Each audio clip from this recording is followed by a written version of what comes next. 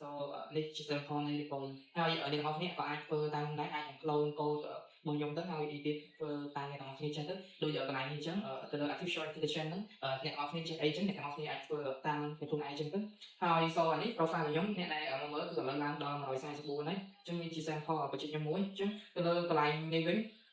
គឺយើងចង់ឲ្យគេលីងទៅកាន់កន្លែងណាខ្លះអីចឹងទៅ so អានេះជា timeline នៃបញ្ជាក់ខ្ញុំបានធ្វើក្នុង repo អនខ្ញុំមកកាន់ review repo ខ្ញុំមួយចំនួនតិចទៅខ្ញុំមាន assessment ទៅលើខ្មែរ language understand ជាមួយនឹង LM ជាមួយនឹងខ្មែរ semantic ហើយជាមួយនឹង scan currency របស់យើងហ្នឹងsometimes repo ខ្លះក៏ខ្ញុំដាក់នៅក្នុង private ដែរតែso អីដែលខ្ញុំត្រូវ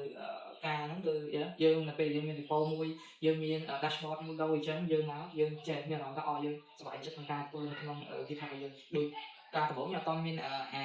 ទៅលើ file readme ជាមួយនឹង dashboard cover នៃ profile របស់យើងឯងដល់ពេលអញ្ចឹងទៅ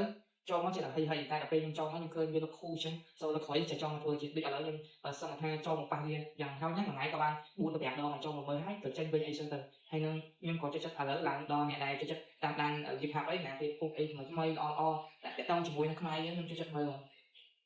អញ្ចឹងថ្ងៃហ្នឹងមានសកម្មភាពចាំលើក្រោយខ្ញុំនាំអស់គ្នាទៅមើលអីផ្សេងៗទៀត